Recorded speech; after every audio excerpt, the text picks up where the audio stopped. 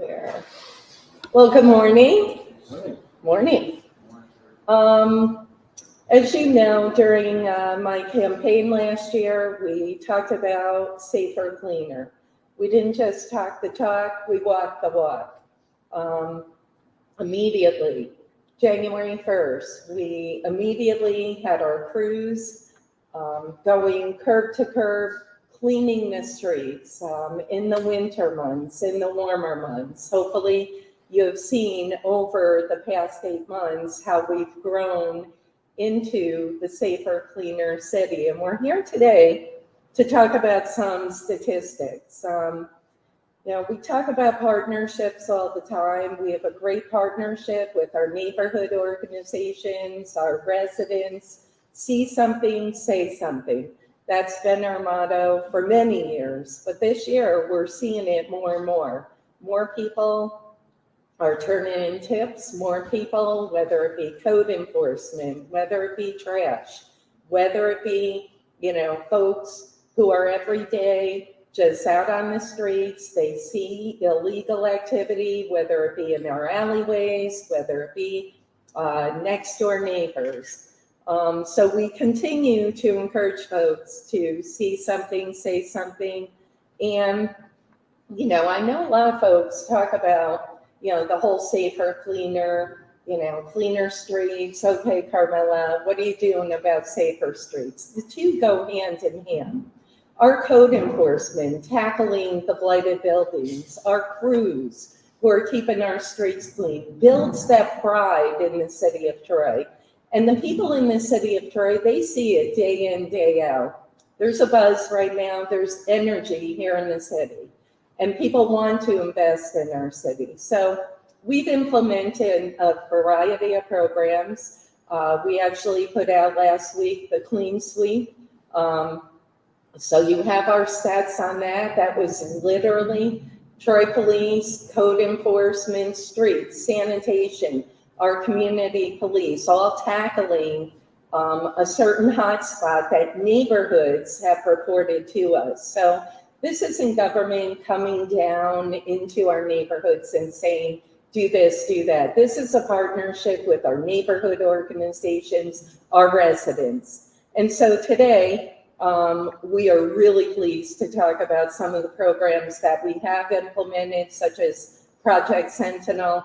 As you know, we announced that back in mid-June, and that project was hand in hand with many of our other details, whether it be GIVE, whether it be the Narcotics Division, our community police unit, all working together with neighborhood organizations to tackle those hotspots. Chief DeWolf is with me today. I really want to thank all the uniformed officers, our police department. They have stepped up to the plate twofold. Chief DeWolf, Steve Barker, our assistant chief, and deputy chief Christine. They've all stepped up to the plate. So from Project Sentinel, our Safe Cam Registry, we have a Citizens Academy, which we're announcing today. I want to say in terms of guns off the street, we have a PESDB. But in terms, I want to talk about that for a second, the guns on the street. It's twofold. We've taken more guns off the street than last year. The scary stat and the scary part of this, there's more guns on the streets. But our police continue, whether it be patrol at midnights, whether it be our officers during the day, community police. So Sentinel, as I mentioned, I did want to just dive into that. The chief will talk about the specifics, but a number of arrests, including felonies, misdemeanors, seizing illegal drugs, seizing handguns, and stolen vehicles. The Safe Cam Registry, if you recall, that was announced a couple years ago. It's an existing program, but it kind of died and is laid dormant. This is a crime investigation prevention tool that basically is a partnership with citizens, with our residents, where they can register their camera and help deter crime in their neighborhoods. We're reinvigorating that. As mentioned, the police exam, we waived the fee. We had, I believe, more than any other neighboring municipality who signed up for the police test, over 140, I believe, and then our Citizens Police Academy. But whether it be our camera assistance program, which the chief will talk about, SafeCam, our Sentinel program has been a very, very big success since June, and Chief DeWolf will talk about that. But saying that, we're here today to once again continue to impress upon people, see something, say something, sign up for the Citizens Police Academy, talk about the success of the Sentinel program, which will run into the cold months, talk about how many drugs, illegal activity that we have gotten off the street. And I really want to compliment our Troy Police Department for working hand in hand with the residents of Troy. I want to thank our residents who continue to step up to the plate. I want to thank our crews out there who are partnering with community police to tackle the drug activity. If they see something, say something, tackling the blighted buildings, tackling code violations, it all goes hand in hand. So we're here today to talk about, give an update on the success of the programs, and I'm going to hand it over to our chief, who's doing an awesome job. Chief DeWolf, you got it. Thanks, Mayor. Thank you all for coming to our press conference here. A lot of the things that I want to talk about, really, we've had them in place for a little while, but I thought it's important to let our residents and citizens and visitors know that these programs exist and how well they're doing and how they can be a part of making us a better place to live and work and enjoy. So the camera assistance program, as the mayor stated, it was born out of the SafeCam program. So SafeCam, was please register if you have cameras at your residence or your business, register with us so that we know that you have cameras. So if an incident occurs in that area, we're able to quickly say, oh, geez, resident ABC has cameras, so we can go right there and check with those people. But what happened was we were finding that many times people, out of no fault of their own, really didn't know how to set up their cameras properly, or didn't know how to use them, or didn't have the cameras directed in the best place that they could direct them to help deter crime or to help catch activity. So our evidence technicians and detectives said, hey, let's create this new camera assistance program, and we'll go and we'll help people set up their camera programs better so that they know how to properly use them and that the cameras are facing in the right direction and so on. So that's a free program. You can get a hold of us through our troypd.org website, or you can call the Detective Bureau, and I'm more than happy to come out and assist you with those programs. I also wanted to mention that the Troy Police Officer exam, as the mayor said, we've had a lot of people that sign up for it. We're very happy with the numbers that we've seen, but I wanted to make sure that people show up for the exam. Now, so the exam is September 28th.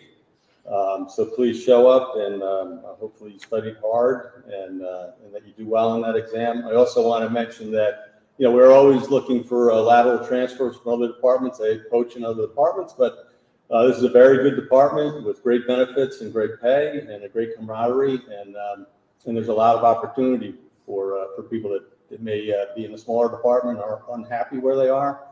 Please get a hold of us, and we're more than happy to take an application and see if you're a right fit for our department. The Citizens Police Academy, this will be our second year that we're holding this. We're still taking applications, and it's going to begin on September 26th. It runs on Thursdays from 6 to 9 p.m. It's a great opportunity for people to see really the inner workings of the police department and, get a feel for what your police department is doing. And everybody that went to it last year, really enjoyed it and got a lot out of it. And they've been pretty much ambassadors for us regarding this program moving forward. A few of them are in neighborhood groups, and they brought it to their neighborhood groups and really talked about what a great experience it was. So I encourage people to sign up for that, and I think that you'll have a great time. Project Sentinel, as the mayor said, so our first iteration was on June 11th of this year. We had talked about it in the beginning of the year. The mayor had said when she first came into office, geez, chief, what's something that you'd really like to do? And I really was into bringing back some kind of a streets crime program.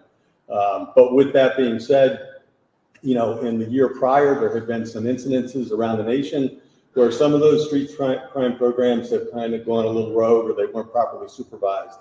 So we, said, I'd really like to do this. She was completely on board, but we wanted to make sure that the officers that were chosen were trained properly so that they know that what they're doing out there. We want to make sure that we maintain people's, civil rights and things are done in a proper fashion so that we can get a good prosecution and that people are treated properly. So the officers that did sign up for it and were chosen have done a fantastic job. Prior to them going out, they received training from their command officer, from our Office of Professional Standards, and from the district attorney's office, so that they were well trained, so that they handled things properly and that they could do a good job. Very happy with how well they've done.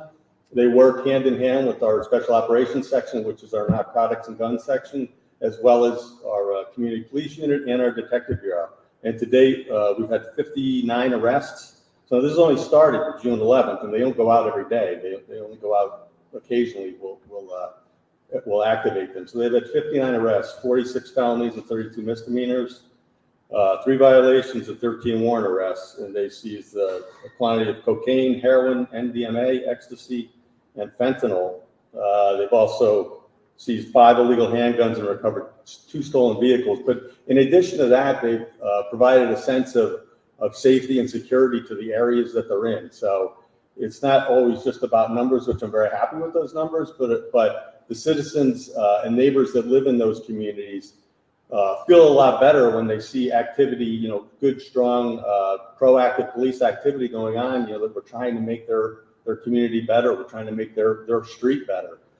And they've really come out in force and assisted us. We get a lot of tips now, and people are calling for us to help them in their neighborhoods, and we're more than happy to do whatever we can for them. But I just feel like there's been a real resurgence of community police relations, and we work hard on that. We do, community barbecues and so on, but this kind of stuff goes hand in hand with it. You know what I mean? That you're taking proactive law enforcement action one day, and the next day you're having a hamburger with somebody. But that's good. I mean, you need to see that this is what police need to do, but at the same time, they're your friend and they just want to talk to you about what's going on in your community and how we can help you. So that's about it, really. I'm pretty happy. I mean, our numbers are trending down. I'm very happy with our violent crime numbers, our shootings, or shots fired, all down. So we're very happy with that. Knock on wood and good police work. At any rate, thank you for coming, and back to the mayor. Yeah, we'll take questions, but, as the chief mentioned, we promise the folks of Troy, the people of Troy, the residents, that we're going to do everything humanly possible to keep our streets safer, to keep them cleaner. As Chief DeWolf mentioned, it's not all about us. We can't do it alone. It's a partnership. It's a partnership with our neighborhood organizations. As the chief mentioned, see something, say something. We literally get tips all throughout the day, whether it be illegal activity, prostitution.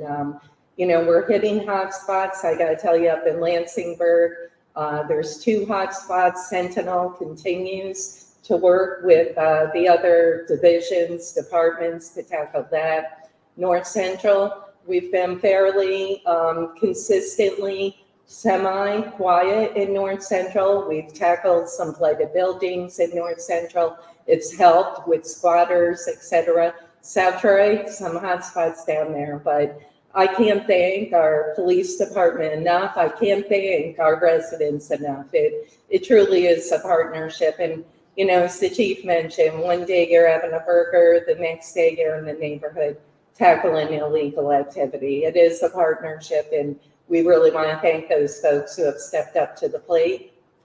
2 of our main folks are with us today too, who are interacting with the community. day in, day out, and that's Kevin and Victor. They're out there with our outreach, continuing to build that partnership and that trust that's so important. So, but we'd be happy answering questions, and I know Ken Crow has a question. Thanks, Chief.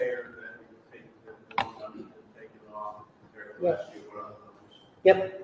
Yeah, I'll get the numbers for you. I don't know them off the top of my head, but it's at least a third to a half more than last year. So it's quite a big number. Yeah, and I believe Ken, like, I want to say a month ago, it was between that third to a double more than last year. Yeah. Yep. In 2024, we're taking 37 guns off the street as compared to 28 this time. So we say 37 off the street this year is a 30% increase. 37 year to date right now. So, yep. Now, you mentioned you mentioned Lansingburg, or Central and South Troy. Can you get a little more exact, maybe, and about what this process has been? Yeah, I can quickly, and I'd love for the chief to go in deeper, but we know some hot spots down by Bird Isles. We've had a continuous problem on 2nd Ave. It stretches north a couple blocks. Literally, that's a super hot spot in Lansingburg. North Central, we continue our walk-in patrols, Park Walk and Talk, which is huge in North Central. But we know the area from Pompey Park, unfortunately, Kevin has deterred some kids from actually fighting. We've had a couple brawls, which has been one of the main problems to date in North Central. And then South Troy, we've had some gun shootings down there, not recent. We have had a couple arrests related to those gun shootings. But I'll hand off to the chief because it really is cool to hear how Sentinel works.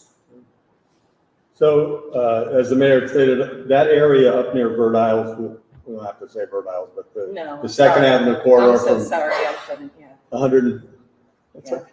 115th Street to like 118th Street has unfortunately historically been a hot spot for us for the last several years. And a lot of that has to deal with illegal prostitution and drug activity too. So Sentinel went up there with our special operations section, and they did some stings. We were able to make quite a number of arrests of prostitutes. But we don't just leave it at that. Like there's some people that are in that work that are being trafficked. So we try and do whatever we can for those that we're arresting to see how we can help them, to hook them up with services so that they don't have to do that for a living. Some of them were receptive to it, and some of them are, they're in the predicament they're in, and we feel bad for them, but that's the life that they've chosen for now. But we've made a lot of arrests to try and tamp down that kind of activity up there because it really influences and gives a bad taste in the mouth for people that want to come to that area and go to that neighborhood restaurant or enjoy that part of the city. So then the following week we did a reverse thing and we arrested several Johns, because if you cut the demand, maybe you'll cut the supply. So we did that. It's a continuous effort. We followed that up with some uniform patrol up there as well to try and just be proactive up there. And some days when I drive by there, it's silent. I mean, there's nothing going on, so I feel really good about that. So I think we are making a dent in it, but we'll continue to make those efforts. And we do hear from the neighbors up there a lot, which is good. They give us a lot of good tips and stuff. And on that note, you're fine, Chief. I did want to mention we're also being proactive, working with Troy Housing Authority, with the businesses and with Joseph's House, because it is a cluster there which attracts some activity and vacant buildings. So if we can get some of those storefronts and reinvigorate that neighborhood, which we have put a CFA in also, just so you know, requesting state funding to try to revitalize that section. Yeah, because I mean, when I first came on the job here, it was actually a pretty nice section. I mean, you had several stores up there and restaurants. So hopefully that we can revitalize that.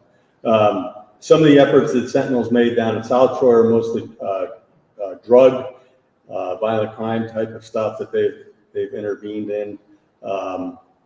So anywhere from the area of like Jefferson 3rd, Jefferson 4th, and Tyler and 2nd, those general areas is where we had an uptick in some crime. And so they went down there and were able to make some arrests. And just their presence and just being there doing active stuff does deter crime. So we're happy that they were able to tamp that out a little bit. They worked downtown a little bit too, with some of the drug activity and vagrancy that was down there, which worked out well.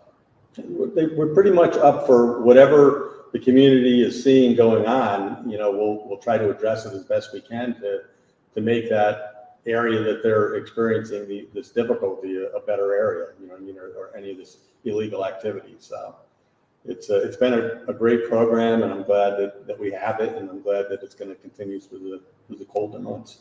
So. Hotspots recently, you said 115 to 118. You said Jefferson 3rd, 4th, 5th. Jefferson 3rd and 4th, and then Tyler and 2nd was a hotspot too. And I talk about all these great things and how great the numbers are and how everybody's doing such a good job. I didn't really say how everybody's doing such a good job, so I want to make it very apparent how proud I am of this department and how these guys and girls go out every day and they work so hard, and they have a fantastic work ethic, and they just do great work, whether it's the patrolman going to a call or an accident, or the detective, finding the bad guy and making an arrest and bringing that person to justice. Detroit Police Department does a fantastic job, and they're a bunch of great people that care about this community, and I care about them, and I'm very proud of them. Dan, you mentioned a police officer's exam coming up. What are the statistics looking like right now for how many open positions there are in the department, staffing? Yeah, right now we're looking at about 10 or 11 positions that are currently open. So we have 8 officers in training that are coming out in October, which I'm psyched because they're going to be hitting the streets. We need that. And then we have 3 in the current academy, but in the meantime, we've had some retirements and some people that have gone to other jobs. So we currently have either 10 or 11 openings at this time. So there's openings. A lot of communities in our area are struggling to hire police officers, especially in the more rural areas. How are you seeing it here in the city of Detroit? Yeah, we're finding it difficult as well. We just gave an exam last year, and here we are giving an exam again this year because it's just, you give the exam, and some people may really have an interest, or some people just have a little interest, So then the results come out, and then you do a canvas, and you find that 2/3 of the people respond to the canvas. Then out of that, half of those people actually pass the physical agility test. So it dwindles down pretty quickly, which is why we'll probably be giving an exam every year for the foreseeable future. We did just successfully approve a contract with the PBA to incentive and increase that entry level. We were miserably off base with other departments. So, we have restructured that. Hopefully, it incentivizes more, and knock on wood, we have. It's competitive. So at least we're in the arena. You can't do it all at once, but we continue making strides, and we sent a message out there and to Troy Police that we're committed to build and retain the best police department in the capital region. Mayor, are there plans for any new safety signage or safety cautions at the closing of the orange after the police? Yep, 2 things. We do have more patrolling up there. Listen, it's sad. I'm born and raised in Troy. I've lived here my whole life, and I was on the council in my late 20s. We've had problems, unfortunately, with people going beyond the fencing, hanging out on the cliffs, and it's very dangerous. It's deceiving. The water there, the current, it's unfortunate, but we did look at the signage. There's a ton of signage up there. We'll probably put a couple more signs. We noticed the fencing from people hopping over. We're going to fix that, but the patrols have been out there a little bit more.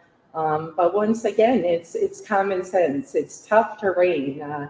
If you've been to the cliffs, it's not easy getting down into the streamed area. So you really have to, go through some rocks, et cetera. And, it is a challenge and the signs are there. So we ask folks, enjoy the trail, but stay on the trail and enjoy the beauty. It's a beautiful, beautiful, majestical park. It's connected to Prospect, and we're going to look at that when we look at the master plan to connect the gorge on the other side so folks can actually walk down trail from Prospect to us. So.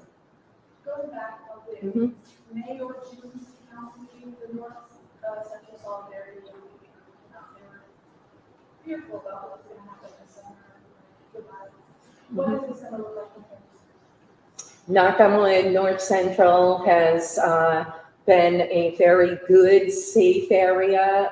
Like I mentioned, a couple brawls. Kevin's putting his thumbs up. He runs a program in North Central. He's there in the evening, Tuesday, Friday nights. They're there pretty late. They're there on Saturdays. I can't thank Kevin and Troy Lick enough and all the organizations from NAC, Central Little League. It's a partnership to really try to keep that area safer. I really don't want to jinx us, but knock on wood, minus some brawls, some, a little bit of illegal drug activity. We've been fairly good in the North Central neighborhood this year.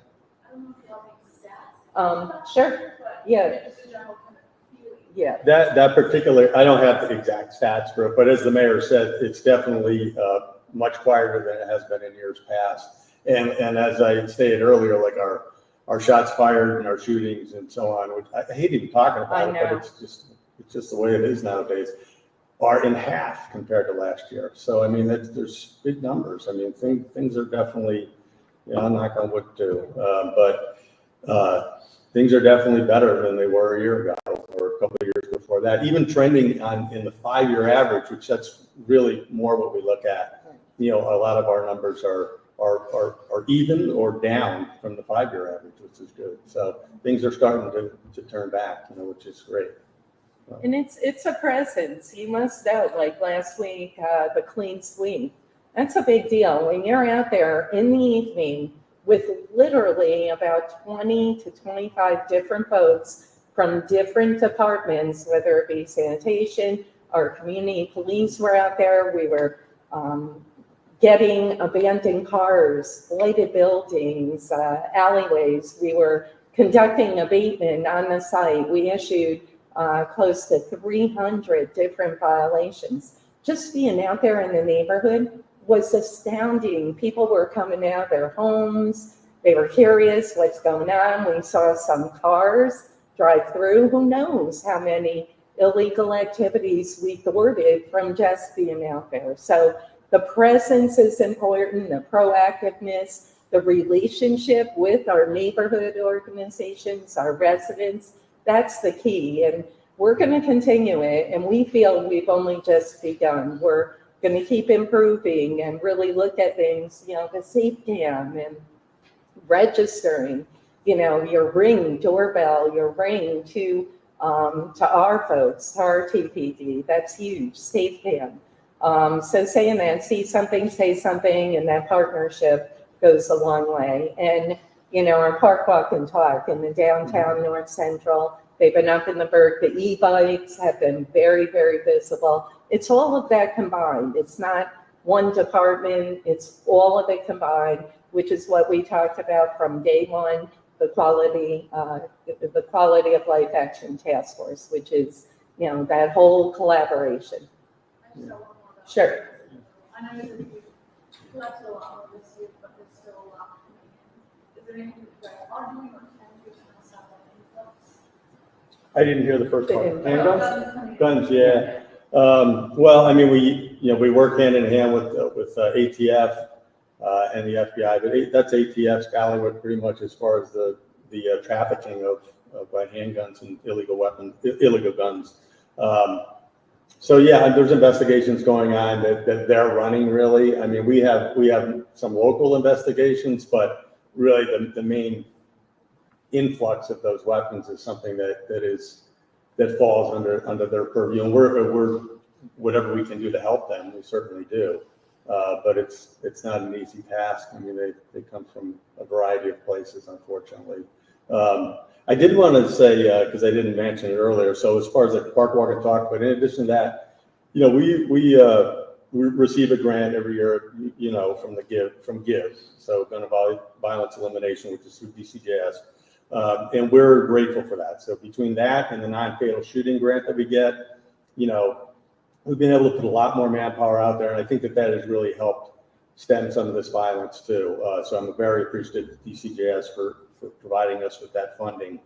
And I'm very proud to say, you know, our non-fatal shooting, so that's like somebody gets struck in the leg, and many times in years past, not in this department, but across the board, you know, like if you have an uncooperative victim, it kind of, you know, gets a cursory look and then it sits, you know. I mean, that's not the case in Troy. We go all out to try and find out who's responsible for that incident, whether the victim is cooperative or not. And we've made some great arrests, you know, higher than the state average. So I'm very proud of our detective bureau and the investigator that's assigned to that, Sergeant Brandon Cipperly, just does a fantastic job. And it makes a difference to do that, to find other evidence. Fine, you don't want to be a part of this. You're in the group that, you know, that doesn't want to participate in helping us deter crime or to find criminals here. We'll find it another way. You know what I mean? So with the partnership that we've had with businesses and homeowners and residents, you know, people come forward with information regarding an incident that a victim may not want to be a part of, you know, or people start to talk. And I'm just happy that we have that relationship, that we've been able to make those good arrests and get more guns off the street and get more bad people off the street. So. Can you talk about the rating program you guys offer and how it works for the viewers that might not know that you guys offer this? Yeah. Yeah, so that's Safe Cam basically. So, I mean, these were like some props just so people, you know, so can jog their memory of what they have at their house. So we don't actually go into their system. All they have to do is sign up. Right. So it just allows us to know that at 2339 15th Street, they have cameras. And if something happened up the street, we know that, hey, we can call Joe Smith at that address, and we know that he's got cameras, and hopefully he's got some information that's going to help us. The camera assistance program is he's got these cameras and he doesn't know how to set them up, or he hasn't pointed, you know, at, you know, a brick wall and there's nothing happening there. So we go and assist them. I don't go. These great guys go. You know, the evidence technicians and detectives, and they assist those people in knowing how to use their system and how to face it in the proper direction and so on. So I really wish more people would sign up for it, because we don't.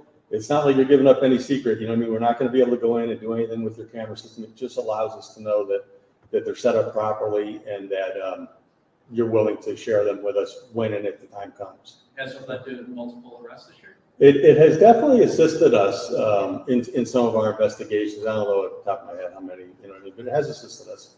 You know, more would be better though. Yeah. Because we're still doing that canvassing, looking, oh, there's a camera. Then you go knocking on the door. You know, it would be better if that person had just signed up to begin with, because maybe it's a dummy camera. You know what I mean? So we're going to make a push to reinvigorate that program. It's been around, like the chief mentioned, but we just haven't tapped into it nearly as much as we could. So I've mentioned it to a couple of folks. They didn't even know about it. They're like all in. Yeah. So right. That's another reason why we want to do this. And I appreciate you guys doing this. Yeah, some of these things, you know, they fall off and people forget that they exist and that they're good programs. Yeah, so we appreciate it. Dave? Code enforcement has been a significant part of the approach. Going forward, are there more things that are going to be coming out of this? Is code enforcement itself going to be expanded? You know, because it is a thing that people see right away once somebody comes through their neighborhood. Absolutely. You know, we've first become more proactive. You know, obviously you get a lot of calls from residents, neighborhood organizations, so you're in that mode of reactive. But much like last week, the clean sweep, code enforcement was out there twofold, very proactive in the evening, But the other thing was, honestly, the departments weren't communicating. So here you have CPU out there, you have streets, you have sanitation. They weren't talking to each other. So that mere fact, what we've improved over the last 8 months, the proactiveness and just that communication between departments talking to each other. You know, Kevin, he's got a number of different tenant issues. He's got a couple of blighted buildings. Boom, who does he go and talk to? Code enforcement. Code enforcement now works very closely with CPU, who's out there on the street. So that communication alone. Bigger picture, we have a number of things we have to tackle. We're still tackling the landlord registry. We're tackling many other issues, and we still have not hired a director of code because we want to hire that person when we, finish overhauling and complete that first process. So we're in the hunt, we're interviewing, but we're not rushing on that because we want it to be a complete overhaul, but we're not ready yet. So good, awesome, thank you. Happy Great. Monday. Thank you so much, guys. Really appreciate it, and thank you.